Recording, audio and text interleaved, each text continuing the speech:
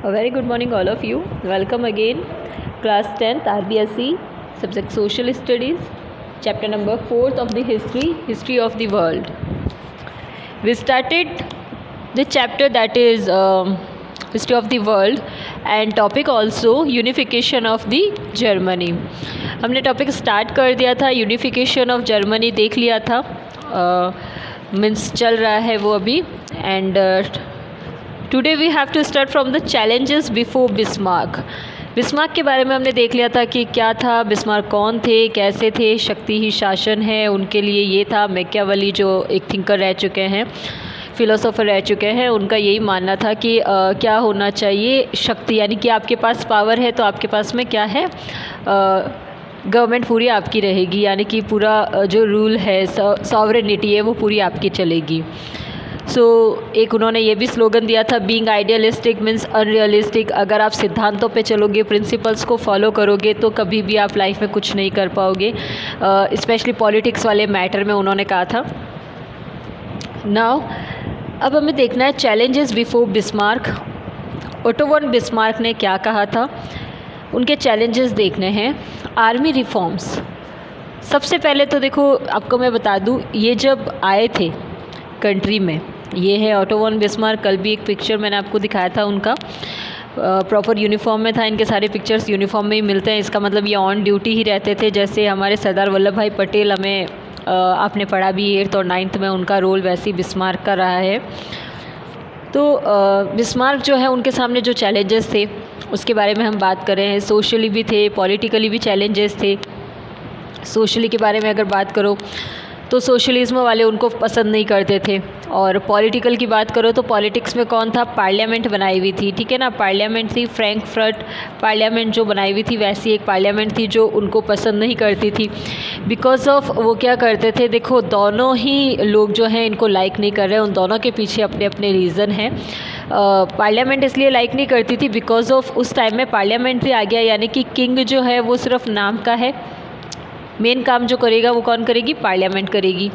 But जो Bismarck थे वो क्या करते थे, वो कभी भी, देखो इसमें होता ये था, किंग जो है उसका डिसीजन फाइनल रहेगा, लेकिन मैटर जो है वो डिस्कस होगा कहाँ पे, पार्लियामेंट में डिस्कस होगा.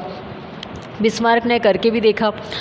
बिस्मार्क ने ये भी करके देखा, उनको कुछ ऑर्डर जब भी देने होते थे, कुछ बिल वगैरह देने होते थे, ऑफर करने होते थे, कुछ प्रपोजल्स डालने होते थे, तो ये पार्लियामेंट हमेशा उसको डिनाइड कर देती थी, डिस्कस करने में लेट करती थी, डिसीजन देने में. इतना टाइम बिस्मार्क लेना नहीं चाहते थे और इतना था भी नहीं उनके पास में, क्योंकि आउटर अटैकर्स रेडी बैठे थे. फ्रांस हमने देखा ही था, अटैक कर चुका था. तो यहाँ पे कंडीशन आ जाती है कि जो ये बिस्मार्क है, इन्होंने पार्लियामेंट से परमिशन ली ही नहीं, बंद कर दिया परमिशन लेना, ठीक है. एंड ऑब्वियसली उनको ज़रूरत भी नहीं थी, he did not take to permission, उनको ज़रूरत ही नहीं थी, उन्होंने ली भी नहीं और उनको नीड भी नहीं थी. बिकॉज ऑफ उनको किंग ने बोल दिया था ना, डायरेक्टली ही किंग ने बोल दिया, बाय हुक बाय क्रुक, आपको तो क्या करना है, जर्मनी को यूनिफाई करना है, that's it, we just want unified Germany. और यही जो ड्रीम था वो बिस्मार्क का खुद का था. तो उन्होंने पार्लियामेंट की बात कभी सुनी ही नहीं, कभी मानी नहीं. उन्होंने लोगों से पर्सनली जो थे वो टैक्स लेने शुरू कर दिए थे. पार्लियामेंट जो ले रही है वो तो ले रही है, इन्होंने पर्सनल टैक्स लेने स्टार्ट कर दिया. अच्छा, ये खुद के लिए नहीं थे, वो इस टैक्स को क्या करते थे, पूरा के पूरा आर्मी पे खर्च कर देते थे. उन्होंने क्या किया, प्रशिया में रहते हुए आर्मी को स्ट्रॉन्ग करना स्टार्ट कर दिया. प्रशिया में ही पॉसिबल था, बिकॉज ऑफ ऑस्ट्रिया तो इन चीज़ों में बिलीव नहीं करता था. प्रशिया जो था वो उसमें बिलीव करता था. प्रशिया हमेशा ये चाहता था कि वो क्या करेगा, उसको डेवलपमेंट चाहिए, तो उसके डेवलपमेंट के लिए उसने आर्मी स्ट्रॉन्ग हो रही है, then that is the beneficial for them. So that's why उन्होंने कभी भी इसको डिनाइड नहीं किया, ओपोज नहीं किया इसके बारे में. तो आर्मी जो है स्ट्रॉन्ग करते रहे, वो करते रहे, कौन, बिस्मार्क, ठीक है. अब बिस्मार्क ने क्या किया, आर्मी स्ट्रॉन्ग करना शुरू कर दिया, जिसकी खिलाफत बहुत हुई, लेकिन बिस्मार्क ने कुछ नहीं सोचा. एक और प्रॉब्लम हो गई थी, जो सोशलिज्म लोग थे. सोशलिज्म लोगों ने क्या किया, उन्होंने भी कहा कि ये तो सारा पैसा जो है वो आर्मी पे खर्च कर रहे हैं, वी वांट पीस, हम लोग तो पीस चाहते हैं और ये आर्मी को तैयार कर रहे हैं. अब जहाँ आर्मी होगी वहाँ पीस हो सकती है क्या, और अगर पीस है तो फिर आर्मी की ज़रूरत ही क्या है. तो इन्होंने तो कहा हमें तो पीस चाहिए, we just want development and peace and liberalism. And there is no need of any army soldiers, हम यहाँ पे तो मिलिट्री की ज़रूरत ही नहीं है। तो आप जितना आर्मी पे खर्चा कर रहे हो इससे अच्छा होगा, क्योंकि सोशलिज्म वाले यानी कि प्रशा वाले लोग क्या चाहते थे, वो यही कर भी रहे थे कि जो रिच पीपल हैं उनसे क्या करे, वो लोग पैसे लेके पुअर पीपल को दे दे, ज़मीन दे दे, इक्वलिटी आनी चाहिए समाज में। तो वो इक्वलिटी एस्टेब्लिश कर रहे थे। ऐसे में वो तो इतनी कोशिशें कर रहे हैं सोशलिज्म वाले लोग, और जो ये बिस्मार्क अंकल हैं वो क्या कर रहे हैं, आर्मी पे सारा पैसा खर्च कर रहे हैं। तो उनकी नज़र में सोशलिज्म जो थे, उनकी नज़र में भी बिस्मार्क जो हो गए थे वो गलत प्रूव हो गए थे, वो भी डिसलाइक करने लग गए थे। अब उन्होंने क्या किया, इस सोशलिज्म को ही ख़त्म कर दिया, जो अपोज़ करता उसको ख़त्म कर देते। ये जो इश्यूज़ बनते, जो टॉपिक बनते, अगर कोई ऑर्डर बनता, कोई लॉ बनता, उस सबको डिस्ट्रॉय करते जाते। धीरे धीरे ये हुआ कि सोशलिज्म ख़त्म हो गया। देखो सोशलिज्म ख़त्म हुआ है मतलब सोशलिस्ट पार्टीज़ ख़त्म हो गई है, सारी ऑर्गेनाइज जो थे वो सारे ऑर्गेनाइजेशंस ख़त्म हो गए थे। बट अब बिस्मार्क के सामने एक चैलेंज था कि उन्हें क्या करना है, जो प्रशा है, ठीक है, जो प्रशा है उस प्रशा में क्या चल रहा है, प्रशिया में वहाँ पे चल रहा है सोशलिज्म, एंड सोशलिस्ट पार्टीज़ उन्होंने भले ही ख़त्म कर दिए, लेकिन इन लोगों को फेवर में लेना ज़रूरी था, क्योंकि अगर जनता ही फेवर में नहीं रहेगी तो आप कुछ नहीं कर पाओगे, आप पॉलिटिकली डिसीजंस भी नहीं ले पाओगे। तो इन्होंने क्या किया, इन्होंने सोशलिस्ट पार्टीज़ जो थी उनको बैन कर दिया, हटा दिया, ख़त्म कर दिया। लेकिन उन्होंने क्या किया, सोशलिस्ट तो ख़त्म कर दिया, लेकिन सोशलिज्म जो था, फ़र्क है देखो, सोशलिस्ट होते हैं जो इसको फॉलो कर रहे हैं, ठीक है, किसको, सोशलिज्म को, तो उनको तो बैन कर दिया, डेमोक्रेटिक पार्टीज़ वगैरह सब ख़त्म कर दी, बैन कर दी, कोई नहीं बोलेगा, कुछ नहीं आवाज़ उठाएगा इसके ख़िलाफ़। लेकिन अब यहाँ बात हो रही है, इन्होंने सोशलिज्म को ज़िंदा रखा। अब आप बोलोगे दोनों में क्या डिफरेंस आ गया, दोनों में आ गया ना भाई, एक तो पार्टी जो चल रही है उनको मना कर दिया क्योंकि वो बोल रहे हैं, लेकिन फीलिंग तो है सोशलिज्म की, उन्होंने उसको ज़िंदा रखा just because of to take the favour of socialism. Socialist parties का फेवर लेना ज़रूरी था, जनता का फेवर लेना ज़रूरी था। So that's why he started some kind of social welfare programmes. उन्होंने क्या किया, सोशल वेलफेयर प्रोग्राम स्टार्ट कर दिए। अब वो क्या स्टार्ट किए इन्होंने 3 प्रोग्राम किए थे। उसमें था, एक तो था हेल्थ इंश्योरेंस, ठीक है, सेकंड था एक्सीडेंट इंश्योरेंस, एंड फिर था ओल्ड एज पेंशन इन्होंने स्टार्ट कर दी थी। देखो हेल्थ इंश्योरेंस स्टार्ट कर दिया, एक्सीडेंट जो इंश्योरेंस है वो स्टार्ट कर दिया, and old age pension start कर दिया। अब आपके माइंड में आएगा उस टाइम में तो इतनी ज़्यादा गाड़ियाँ भी नहीं होती थी, इतनी ज़्यादा पॉपुलेशन भी नहीं थी, then what kind of accident you are talking about and health matters. तो देखो हेल्थ मैटर्स में ये है, अगर किसी की तबीयत ख़राब है, कुछ प्रॉब्लम हो जाती है, तो उसको भी क्या दिया जाएगा, इंश्योरेंस दिया जाएगा, नहीं कि कुछ पैसा दिया जाएगा जो गवर्नमेंट देगी, ठीक है। सेकंड आ जाता है एक्सीडेंट। अच्छा, एक्सीडेंट का मीनिंग यहाँ पे ये आ जाता है, देखो इंडस्ट्रियल एरा स्टार्ट हो चुका था, इंडस्ट्रियल रेवोल्यूशन स्टार्ट हो चुका था, मशीन से काम होने लगा था। तो जब मशीन से काम हो रहा है तो ऑब्वियसली एक्सीडेंट्स तो होंगे ही। कभी मज़दूरों के क्या होते थे, नया नया इंडस्ट्रियल एरा आया था, तो कभी उनके मशीनों से कभी किसी की फिंगर कट हो जाती, कभी हाथ कट हो जाते, कभी चोट लग जाती, कभी मशीनें घिर जाती उन पे। तो मतलब ये ऐसे एक्सीडेंट्स होते रहते थे। तो इससे क्या हुआ, उन्होंने एक्सीडेंटल इंश्योरेंस भी जो था वो स्टार्ट कर दिया। अब ये स्टार्ट होने से क्या हुआ, अब फिर बच जाते हैं ओल्ड एज के पास में कुछ था भी नहीं, वो बेचारे क्या करें, वो काम भी कर नहीं सकते, कुछ भी नहीं कर सकते। तो अब इन्होंने क्या कर दिया, ओल्ड एज पेंशन स्टार्ट कर दिया, यानी कि जो बूढ़े हो गए हैं, इंडिया में तो अब भी चल रहा है, अब चल रहा है ये, वो इन्होंने उसी टाइम में स्टार्ट कर दिया था, ठीक है। तो इन्होंने क्या कर दिया था, 18th सेंचुरी की हम बात करें पूरी, ओल्ड एज पेंशन स्टार्ट कर दिया। अब ये तीनों चीज़ें होने से क्या हुआ, सोशलिज्म जो था वो और ज़्यादा डेवलप होने लगा। सोशलिस्ट पार्टी बिकेम हैप्पी, वो लोग खुश थे। उनको बैन कर दिया कोई बात नहीं, लेकिन वो भी तो यही चाहते थे कि सोशल वेलफेयर वाले प्रोग्राम होने चाहिए, लेकिन क्या होना चाहिए वो उनको इतना समझ नहीं आ रहा था। बिस्मार्क ने एकदम से आके 3 प्लान जो थे वो अप्लाई करवा दिए, जिससे क्या हुआ, सोशलिस्ट पार्टी जो थी सब खुश हो गई। और सबसे मेन पार्ट, एक समाज में सबसे ज़्यादा ज़रूरी कोई अगर ग्रुप है तो वो है middle class. Middle class became happy, middle class खुश हो गए, सेटिस्फाइड हो गए बिस्मार्क से। उन्होंने बिस्मार्क को डिसलाइक करना, उसका अपोज करना छोड़ दिया।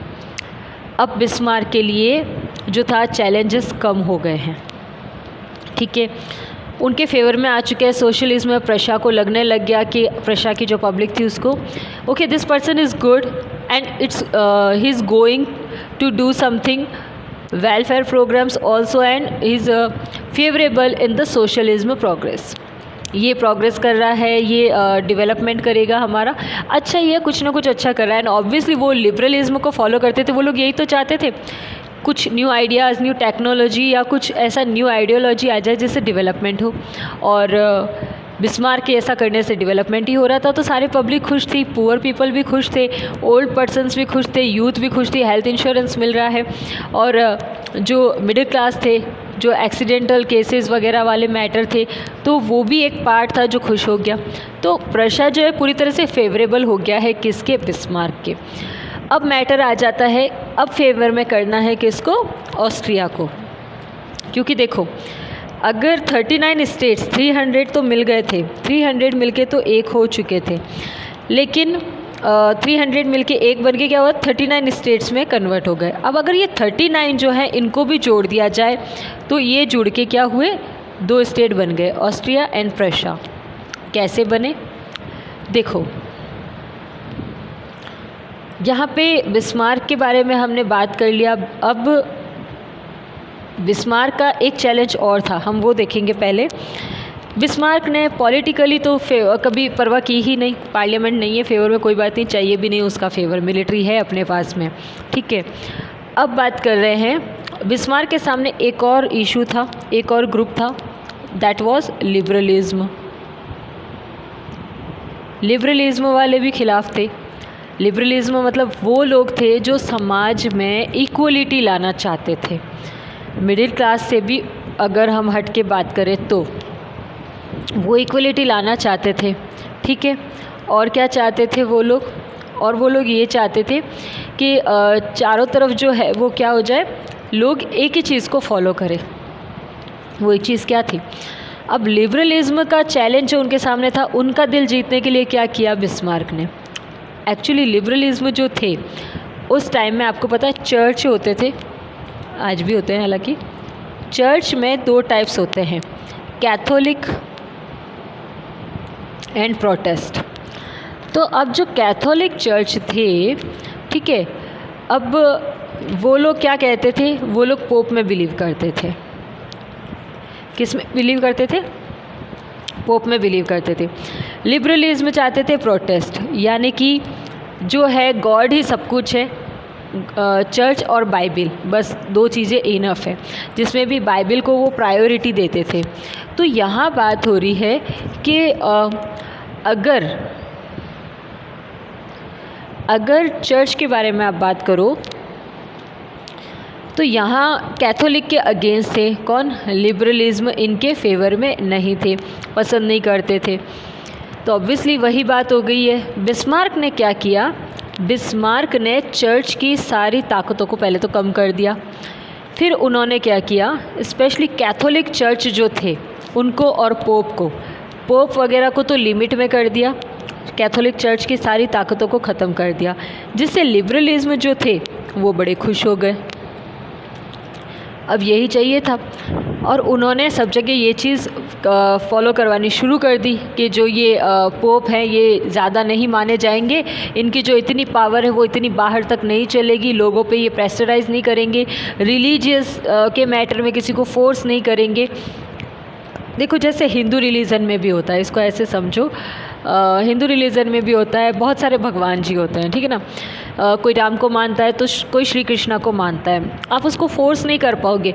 अगर राम जी वाले लोग, मतलब लॉर्ड श्री राम को मानने वाले लोग अगर चारों तरफ ये प्रेशर डालने लग जाए हिंदू रिलीजन में ही कृष्णा मानने वाले लोगों को भी कि नहीं तुम्हें तो राम जी को मानना पड़ेगा, तो क्या हालत होगी। वैसी हालत उस टाइम में चल रही थी। तो बिस्मार्क ने क्या किया, पोप की सारी ताकतों को क्या कर दिया था, ख़त्म कर दिया था, एक तरह से पूरी तरह से ख़त्म कर दिया था और लिमिट में कर दिया था। देखो ये एक पिक्चर है जो ऑटो वन बिस्मार्क है और ये पोप है। ये पिक्चर एक हिस्टोरिकल पिक्चर है जिसमें ये शो किया जा रहा है कि इन्होंने कैसे बिस्मार्क ने किसको हरा दिया था, पोप को हरा दिया था। ये एक्चुअली एक चेस खेल रहे हैं। ये चेस खेलना और इस पिक्चर को लेने का मतलब यही है कि बिस्मार्क जो है वो बहुत ही आराम से तसल्ली से बैठे हैं और ये टेंशन में दिख रहे हैं क्योंकि ये इनको चेक एंड मैट होता है ना, मतलब हरा दिया है। तो ये बिल्कुल वही वाली बात है। इन्होंने पोप को क्या कर दिया था, एक तरह से पूरा मीनिंगलेस कर दिया था, सारी ताकतें जो थी वो ख़त्म कर दी थी। और बाद में यही चीज़ होती है कि पोप जो होते हैं वो बिस्मार्क की सारी बातों को मानने के लिए एग्री कर जाते हैं। नाउ अब बिस्मार्क का ये प्लान था कि बिस्मार्क जो थे वो यही चाहते थे कि जो ये पार्लियामेंट है या ये जो चल रहा है सिस्टम सारा soft a government that would be parliamentary but at the same time allow authoritarian policies also। अब वो चाहते थे कि पार्लियामेंट का रूल होना चाहिए, लेकिन अभी तक पार्लियामेंट रूल करेगी किस पे जब कोई यूनिटी नहीं है। अब जब जनता ही एक नहीं है तो राजा बनाने का क्या फ़ायदा। तो वही बात थी कि पार्लियामेंट्री जो था वो उन्होंने क्या कर दिया था उस टाइम तक के लिए। उन्होंने कहा था पार्लियामेंट वर्क करेगी, वही रूल करेगी, गवर्निंग करेगी, लेकिन वो एक सिस्टम जो था वो पूरा बना के सिस्टमेटिकली उसको देना चाहते थे पूरे किंगडम को। तब तक उन्होंने कुछ ऐसी पॉलिसीज़ जो थी वो अप्लाई करनी शुरू कर दी थी। अब उन्होंने क्या किया, पार्लियामेंट को भी ये चीज़ बताई कि पोप वगैरह जो है वो इनका रूल ख़त्म कर देना चाहिए, but parliamentary refuse to approve the budget. अब देखो ये बात हो रही है यहाँ पे कि उन्होंने पार्लियामेंट से ये चीज़ ये भी बोली थी कि आप मिलिट्री पावर को स्ट्रॉन्ग करना बहुत ज़रूरी है और रियली बहुत ज़रूरी है, और वो धीरे धीरे कर भी रहे थे, लेकिन उनको और ज़्यादा चाहिए था पावर और जल्दी चाहिए था। तो उन्होंने एक बजट जो था वो पार्लियामेंट में डाला, लेकिन पार्लियामेंट ने क्या कर दिया, मना कर दिया। ठीक है, उन्होंने क्या बोला पार्लियामेंट ने, parliament refuse to approve budget until their army reforms were approved by the king. उन्होंने कहा जब तक कि किंग अप्रूव नहीं करेंगे, किंग के पास पर्टिकुलर एक एक चीज़ जाती थी और किंग उसको अप्रूव करता था, तब जाके पार्लियामेंट उसको फॉलो करवाती थी, ठीक है, अप्लाई करवाती थी। तो यहाँ पे उन्होंने बोल दिया किंग जब तक नहीं करेंगे तब तक हम नहीं करेंगे। अब बिस्मार्क एंड गवर्नमेंट इन दोनों ने क्या कर दिया, इंडिविजुअली टैक्स कलेक्ट करना शुरू कर दिया और फंड जो था वो आर्मी पे खर्च करना शुरू कर दिया। बिस्मार्क ने कहा ठीक है आप लोग नहीं मान रहे हो, तो उन्होंने जनता से यानी कि पब्लिक से ही सीधा टैक्स जो है वो कलेक्ट करना स्टार्ट कर दिया है और पब्लिक से वो फंड कलेक्ट कर रहे हैं और आर्मी पे खर्च करते जा रहे हैं। नाउ बुर्जियोसी एक्चुअली एक जर्मन वर्ड है, इसका मतलब होता है मिडिल क्लास पीपल। ऑलरेडी उनके साथ खुश थी because would obtain the benefits of economic consolidation. क्यों खुश थी वो, क्योंकि उनको तो क्या मिल रहा था, वो इंश्योरेंस और सारा पैसा मिल रहा था, पेंशन मिल रहा था, हेल्थ इंश्योरेंस मिल रहा है, एक्सीडेंट इंश्योरेंस मिल रहा है, ओल्ड एज पेंशन मिल रहा है, then they are happy with that. And now king retained the advantages of political domination. अब किंग को रियलाइज़ हो गया था कि यहाँ पे क्या हो रहा है, लोग फ़ायदा उठा रहे हैं। कौन फ़ायदा उठा रहा है, पॉलिटिकल पार्टीज़ जो है यानी कि पार्लियामेंट जो है वो फ़ायदा उठा रही है अपने पास में पावर्स होने का। नाउ अब देखो हुआ क्या था, बिस्मार्क ने ऑस्ट्रिया को अपने अंदर मिलाने के लिए यानी कि जर्मनी को एक करने के लिए पहले देखो इंटरनली आपको सारे मैटर सॉल्व करने होते हैं। यही चीज़ थी कि उन्होंने इंटरनल सारे मैटर सॉल्व कर दिए थे, मिडिल क्लास, लिबरलिज्म, सोशलिज्म, इन सारे लोगों को अपने साथ में मिला लिया था, अपने फेवर में कर लिया था।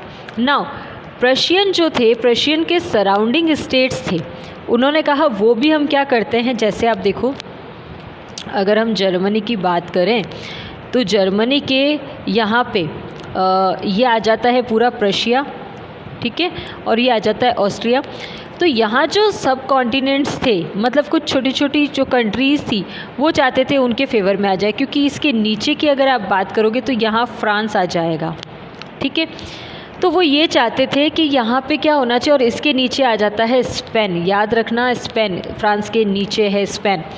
तो यहाँ जो सब कॉन्टिनेंट्स हैं उन सबको अपने कंट्रोल में ले लेना चाहिए, बिस्मार्क का ये मानना था। तो उन्होंने क्या किया,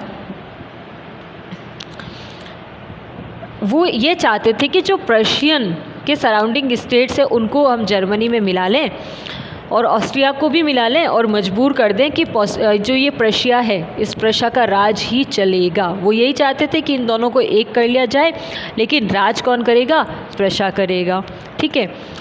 तो इसके लिए इन्होंने क्या किया, इन्होंने बोला कि अब ऐसा करने के लिए हमें क्योंकि ऑस्ट्रिया किसी भी हाल में प्रशिया का डोमिनेंस एक्सेप्ट नहीं करना चाहता था। डोमिनेंस मतलब उसका राज नहीं चाहता था, वो किसी भी हाल में एक्सेप्ट करने को तैयार नहीं था। तो उसने क्या किया, बिस्मार्क ने कहा, देखो इट इज़ सेम लाइक अगर घर में आपके दो भाई हैं और अगर दोनों में झगड़ा हो जाता है, तो कितना भी बड़ा झगड़ा हो जाए, छोटा झुकने को तैयार नहीं है, ठीक है। तो बात ये होगी कि कोई अगर बाहर से आके झगड़ा करता है या लड़ने आता है तो दोनों भाइयों को एक होना पड़ेगा। That is the needed and required situation की डिमांड है ये। तो वही चीज़ थी, बिस्मार्क ने कहा मुझे तीसरे का डर दिखाना पड़ेगा, तब जाके ये एक होंगे। और वो तीसरा कौन था, वो तीसरा था फ्रांस, क्योंकि फ्रांस क्या था, दुश्मन था। और फ्रांस यही इंतज़ार कर रहा था कि कब ऑस्ट्रिया और प्रशिया लड़े आपस में और दोनों वीक हो जाएंगे। वो अनजान था कि प्रशिया धीरे धीरे खुद का डेवलपमेंट कर रहा है और आर्मी स्ट्रॉन्ग कर रहा है। तो उसको अंदाज़ा भी नहीं था कि प्रशिया इतना स्ट्रॉन्ग अंदर हो रहा है। उसको लगा दोनों वीक हो जाएंगे तो पहले मैं इसको अटैक कर लूँगा, इसको जीत लूँगा, फिर इसको जीत लूँगा। एक चाल और ये सोची हुई थी इसकी। दूसरी ये थी कि मैं फ्रांस ने ये सोचा था कि मैं ऑस्ट्रिया के साथ मिलूँगा और प्रशिया पे अटैक करूँगा, प्रशिया जीत लूँगा और फिर ऑस्ट्रिया भी अपने कंट्रोल में कर लूँगा। तो दोनों मैंने जीत लिया तो मेरा जो जियोग्राफिकल स्ट्रक्चर है वो काफ़ी बड़ा हो जाएगा। अच्छा, दूसरे कंट्रीज़ की नज़र क्यों नहीं थी? दूसरे कंट्रीज़ की नज़र इसलिए नहीं थी क्योंकि रशिया जो था वहाँ पे क्रीमिया वॉर हुआ था, तो वो उसकी वजह से इंटरनली पूरा शेकन हो रखा था, हिला हुआ था। और ब्रिटेन जो था वहाँ पे भी यही था, इंटरनल रिफॉर्मिंग चल रही थी, तो वो भी ऐसे एक्सटर्नल मैटर्स में इंटरफेयर नहीं करना चाहता था, ठीक है। पहले घर में ही लड़ाई चल रही तो घर को संभालेंगे ना, बाहर भले लड्डू बैठ रहे हो उससे क्या फ़र्क पड़ता है, वही वाली बात है इसमें। तो ये नेपोलियन थर्ड जो होता है उसकी यही उम्मीद थी। अब देखो क्या होता है, बिस्मार्क क्या करते हैं इस चीज़ के लिए। यहाँ तो ये तो फ्रांस ने सोचा हुआ है, यहाँ बिस्मार्क की एक अलग ही पॉलिसी चल रही है। बिस्मार्क ने ये सोचा हुआ था कि यहाँ डेनमार्क जो है फ्रांस के और इसके बीच में आ जाता है, जर्मनी के और यहाँ फ्रांस के बीच में जब आ जाता है एक डेनमार्क है, ठीक है। इसको वापस समझो, जो जर्मनी है वहीं पे आ जाता है डेनमार्क, ठीक है। तो ऑस्ट्रिया और प्रशिया, अब उनका ये मानना था जो नॉर्दर्न पार्ट है प्रशिया रख लेगा और जो सदर्न पार्ट है वो ऑस्ट्रिया रख लेगा। अब बिस्मार्क ने क्या किया, किसी भी तरह से करके ऑस्ट्रिया को मना लिया। किस चीज़ के लिए? अटैक करने के लिए। किस पे अटैक करने के लिए? उसने कहा प्रशिया के साथ मिलके अपन डेनमार्क पे क्या करेंगे, अपने को अटैक करना है। डेनमार्क पे अटैक करके हम डेनमार्क को जीत लेंगे। अब जब हम डेनमार्क को जीत लेंगे तो नॉर्दर्न पार्ट प्रशिया रख लेगा, सदर्न पार्ट तुम रख लेना। अब अपना बेनिफिट दिख रहा है तो कौन हानि करेगा। तो ऑस्ट्रिया ने क्या कर दिया, इसके लिए ओके कर दिया, यस कर दिया और हुआ यही। अब क्या हुआ, 1864 जो था, 1864 की बात कर रहे हैं हम। 1864 में डेनमार्क पे अटैक कर दिया किसने, जर्मनी ने। जर्मनी में कौन, ऑस्ट्रिया और प्रशिया, इन दोनों ने मिलके कर दिया, ठीक है। और ऑब्वियसली अब जब ये करने वाले हैं अटैक, और प्रशिया तो था इतना स्ट्रांग, उसके पास तो मिलिट्री थी भी बहुत स्ट्रांग थी, तो वो ऑब्वियसली जीत किसकी होनी है, जर्मनी की होनी है। तो ये जीत गए। अब दो स्टेट थे, इन दोनों स्टेट का क्या हुआ, इन दोनों स्टेट जीत गए, मतलब ये दोनों जीत गए। अब दो स्टेट जो थे डेनमार्क से छीन लिए गए, एक था श्लेस्विग, एक था हॉल्स्टेन। श्लेस्विग जो था वो प्रशिया ने रख लिया श्लेस्विग जो था वो प्रशा ने रख लिया, ठीक है। एंड सेकंड था जो ऑस्ट्रिया ने रख लिया, वो क्या था, Holstein.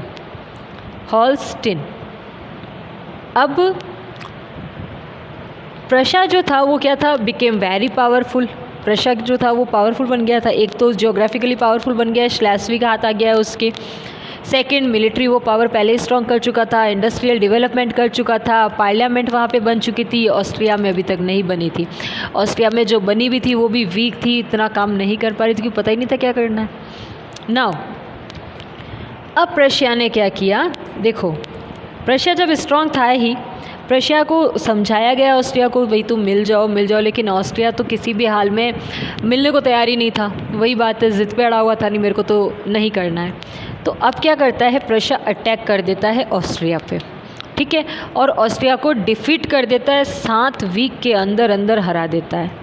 With in a 7 week attack करके बुरी तरह से हरा देता है किसको, ऑस्ट्रिया को। नाउ देन अब क्या होता है, देखो ऐसी हालत में फ्रांस, वही चीज़ है, 2 भाई लड़ते हैं ना तो दुश्मन हमेशा फ़ायदा उठाता है। तो ऐसे ही जो दुश्मन था, वो दुश्मन कौन था, फ्रांस था, उसने फ़ायदा उठाया। फ्रांस ने ऑस्ट्रिया को सपोर्ट करना चाहा और ये कहा कि मैं तुम्हें सपोर्ट करूंगा, अपन दोनों मिलके क्या करेंगे, हम दोनों मिलके प्रशा पे अटैक कर देंगे और प्रशा को जीत लेंगे और राज तुम्हारा चलेगा, ठीक है।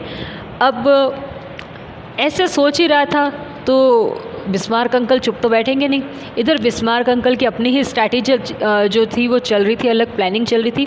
बिस्मार्क ने फ्रांस को, फ्रांस मीन्स फ्रांस का किंग कौन था, नेपोलियन थर्ड, फ्रांस के किंग यानी कि नेपोलियन को समझाया कि भैया तुम क्या करो, इस पे अटैक मत करो, किस पे, ऑस्ट्रिया पे, मिलना कुछ नहीं है क्योंकि प्रशा ऑलरेडी पावरफुल है, तुम भी मुँह की खाओगे, हार जाओगे।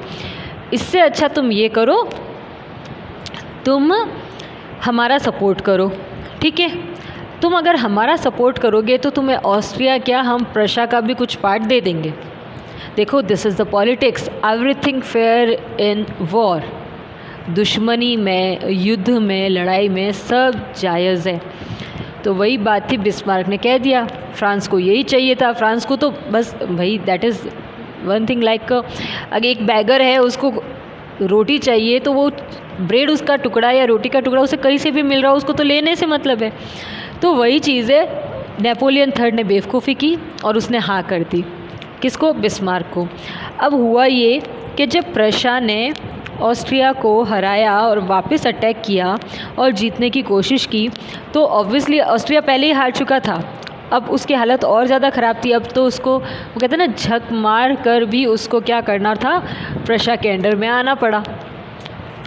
अब जब नेपोलियन थर्ड ने कहा कि भैया अब तो मैंने तुम्हें सपोर्ट किया था, लाओ दे दो मुझे ज़मीन, ठीक है, ज़मीन मतलब मेरे को दे दो मेरा स्टेट जो तुम देने वाले थे। बिस्मार्क अंकल ने कहा कौन सी ज़मीन, कैसी ज़मीन, मैं तो कोई प्रॉमिस किया ही नहीं था तुमको, मतलब सरासर मना कर दिया। ये उनकी पॉलिटिक्स थी, बिकॉज ऑफ उनका पहले से ही फंडा क्लियर था। पॉलिटिक्स का मतलब ही है रूल करना, कुछ भी करके रूल करना है, पावर अपने हाथ में लेनी है। जब पावर अपने हाथ में लेनी है तो बंदा अपनी पावर को क्यों डिस्ट्रीब्यूट करेगा, क्यों किसी और के साथ शेयर करेगा। उनको तो जर्मनी ये करना था, तोड़ना थोड़ी ना है जो वो उसको ज़मीन दे देंगे, तो उन्होंने नेपोलियन को मना कर दिया। अब नेपोलियन ने क्या किया, देखो अब ये उन्होंने क्या किया, अब इस चीज़ के लिए अभी भी ऑस्ट्रिया डोमिनेंस के लिए रेडी नहीं हो रहा है। डोमिनेंस मतलब प्रशा के राज के लिए।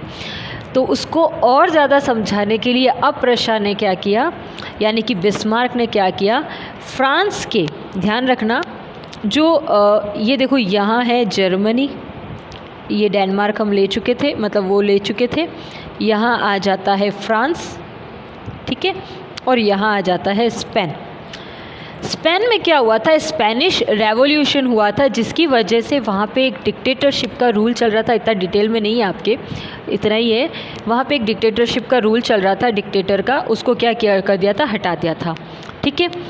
अब इसी का फ़ायदा उठा के जर्मनी के प्रशा ने क्या किया, स्पेन जो है, ये बात जो थी वो उड़ा दी गई हवा में, मतलब एक रूमर जो होता है वो निकाल दिया गया। वो ये था कि यहाँ पे, अच्छा इसको ऐसे समझो, फ्रांस का जो एम्बेसडर था जो जर्मनी में था, उसने एक मैसेज दिया था कि अब यहाँ पे क्या हो गया है, जर्मनी ये जो स्पेन है, स्पेन पे अटैक करने के बारे में प्रशा सोच रहा है और स्पेन में राज करेगा प्रशा का राजा, जो कि बिल्कुल सही नहीं है। उसने बस अपना ओपिनियन दिया था। लेकिन बिस्मार्क अंकल वही चीज़ है, बाय हुक बाय क्रुक, कुछ भी करो, साम दाम दंड भेद। उन्होंने क्या किया, इस मैसेज को मॉडिफाई करके एम्बेसडर यानी कि फ्रांस का जो राजदूत था उसके इस मैसेज को मॉडिफाई कर दिया। मॉडिफाई करके उन्होंने न्यूज़पेपर में ये वाली न्यूज़ प्रिंट करवा दी, चेंज करके, कि जो विलियम फर्स्ट थे जिन्होंने ओटो वॉन बिस्मार्क को प्राइम मिनिस्टर बनाया है, ठीक है, उन्हीं किंग ने क्या किया है, फ्रांस के एम्बेसडर की अपने कोर्ट में बहुत ज़्यादा इंसल्ट कर दी है।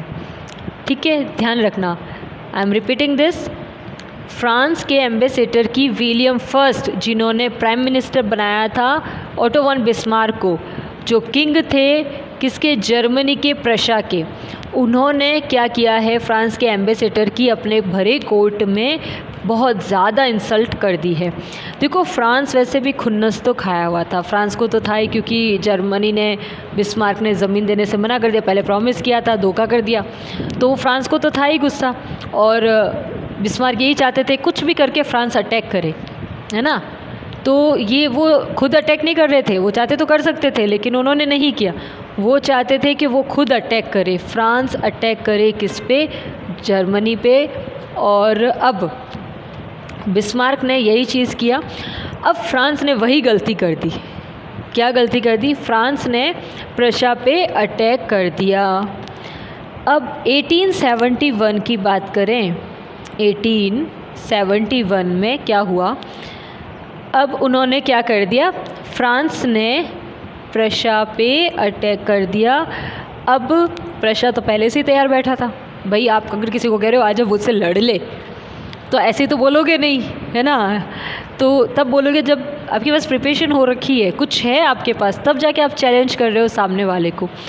तो यही चीज़ थी कि उन्होंने प्रशा ने चैलेंज कर लिया, और प्रशा ने क्या किया, फ्रांस को मुंह की खानी पड़ी, और उल्टा फ्रांस से एक स्टेट जो था पेरिस, वो भी चला गया।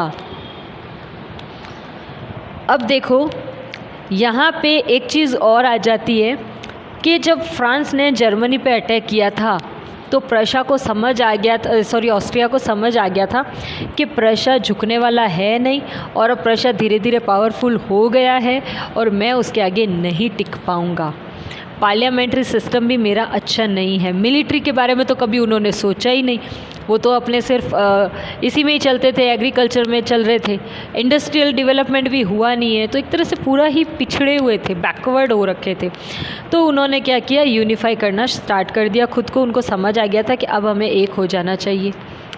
अब एक बात यहाँ पे एक चीज़ और आती है, ओटो वॉन बिस्मार्क ने जब ये जीत हासिल कर ली फ्रांस के अटैक पे और पेरिस छीन लिया, लेकिन उन्होंने अपनी विक्ट्री जो थी, आज़ादी जो थी, अपनी जो जीत थी, उस जीत को पेरिस में सेलिब्रेट नहीं किया। क्यों नहीं किया पेरिस में सेलिब्रेट? पेरिस में इसलिए सेलिब्रेट नहीं किया क्योंकि पेरिस से टोटल 15 किलोमीटर दूर, 15 केम दूर एक जंगलों में एक पैलेस था जहाँ पे ये रॉयल फैमिलीज़ रहा करती थी। देखो, आपने अगर फोर्ट जीता है ना, तो समझो आपने क्या कर लिया है, पूरा स्टेट जीत लिया है। ये होता है, आपने किंगडम जीत लिया है, राजा को हरा दिया, अगर आपने फोर्ट जीत लिया तो, है ना। इंडियन हिस्ट्री में भी आप पढ़ोगे, कई बार आपने पढ़ा भी होगा, जो आउटर अटैकर्स आए उन्होंने हमेशा फोर्ट पे ही अटैक किए हैं, क्योंकि अगर आपने फोर्ट जीत लिया है तो आपने स्टेट जीत लिया, मतलब राजा को हरा दिया। तो इन्होंने क्या किया, अपनी जो विक्ट्री थी वो पेरिस से दूर 15 किलोमीटर पे, आपने 9th क्लास में पढ़ा होगा, फ्रेंच रेवोल्यूशन में मैंने बताया भी था, जिसमें ये था कि ये लोग क्या करते थे, पेरिस के किंग्स वगैरह जो थे वर्साइल पैलेस में रहते थे। पैलेस ऑफ वर्साइल्स जो पेरिस से 15 किलोमीटर दूर जंगलों के बीच में था, क्योंकि फ्रांस के राजा कभी भी लोगों के बीच में रहना पसंद नहीं करते थे, ऑकवर्ड फील करते थे, रिजर्व्ड नेचर के थे, लोगों से मिलना जुलना उनको पसंद नहीं था। जो हमने पढ़ा है ना लुइस के बारे में, उसकी बात कर रहे हैं हम, लुइस 16, लुइस 14, ये सारे राजाओं की बात कर रहे हैं। तो यहाँ का जो पैलेस था वो था क्या, वर्साइल्स। तो वर्साइल पैलेस में जाके वहाँ पे अटैक जो इन्होंने विक्ट्री हासिल की थी उसको वहाँ पे सेलिब्रेट किया, यानी कि सबसे बड़ी जीत जो थी उनकी वहाँ थी। इस तरह से जर्मनी पूरा एक हो गया पेरिस के कंट्रोल में आने से, और ऑस्ट्रिया को भी समझ में आ गया जब भाई फ्रांस नहीं बचा तो मैं क्या चीज़ हूँ। तो उन्होंने क्या किया, उनकी जो डोमिनेंस था किसका, प्रशा का, ऑस्ट्रिया ने एक्सेप्ट कर लिया, और ऐसे ही क्या हो गया, जर्मनी जो था पूरा यूनिफाई हो गया, यानी कि एक हो गया। लेकिन एक चीज़ याद रखना, जो हम लास्ट पॉइंट है इसका, जो जर्मनी था, जर्मनी के इस तरह की हरकतों की वजह से, यानी कि जर्मनी ने जो ये अटैक किया था, जो धोखेबाजी की थी, ठीक है, इसकी वजह से जो फ्रांस की पब्लिक थी, फ्रांस की पब्लिक में नफ़रत भर गई थी, हेट हो गई थी उनको जर्मनी लोगों से, ठीक है। अब जर्मनी से इतनी नफ़रत हो गई थी, और ये नफ़रत उनकी निकल के बाहर आती है और ख़त्म होती है 1914 में, जब वर्ल्ड वॉर हुआ था फर्स्ट, तब उनकी पूरी ये नफ़रत निकलती। तब तक ये नफ़रत को पालते हैं पूरा, मतलब 18th सेंचुरी तक की बात कर रहे हैं हम लोग। इतना ज़्यादा इनके ये दिलों में जो नफ़रत थी, एक एक फ्रेंचाइजी जो पर्सन था, जो फ्रांस का आदमी था, उनमें थी। इवन वहाँ के टीचर्स तक बच्चों को समझाया करते थे, जो मैप में शो करते हैं, ठीक है, कि ये हमारा एक, मतलब वो बताया करते थे जो पेरिस छीना था उसके बारे में, कि ये काला धब्बा है, मैप में शो किया जाता था उसको ब्लैक स्पॉट करके, कि ये जर्मनी की वजह से हम पे धब्बा लगा है। तो ताकि जनरेशन जो है उसको पता चले कि हमारे साथ गलत हुआ है, हम क्या थे, हमारे साथ क्या गलत हुआ है, तो हमें इसका रिवेंज लेना है, जिसका रिवेंज लेने की कोशिश की गई थी 1914 में, जो पहला फर्स्ट वर्ल्ड वॉर हुआ था उसमें। So it is enough for today, काफ़ी ज़्यादा हो गया आज, और now this is completed, topic complete हो जाता है, unification of Germany. In the next video we will take a new topic. Till then, take care of yourself. Thank you for the watching. If you have any kind of doubt, watch this video again and again. सारे videos आप एक बार देख लेना repeat करके, आपको और ज़्यादा अच्छे से समझ आ जाएगा पूरा यूनिफिकेशन जर्मनी का। That is very important according to board में इसका एग्ज़ाम में इसका क्वेश्चन ज़रूर पूछा जाता है, and specially the role of Bismarck. और बिस्मार्क को आयरन मैन भी बोला जाता है, और इन्होंने पॉलिसी स्टार्ट की थी आयरन एंड ब्लड की पॉलिसी। ध्यान रखना, हिस्ट्री में दो लोगों ने स्टार्ट की है आयरन एंड ब्लड की पॉलिसी, एक बलबन ने की थी दिल्ली सल्तनत में, और एक बिस्मार्क ने की थी जर्मनी में। Okay, so thank you.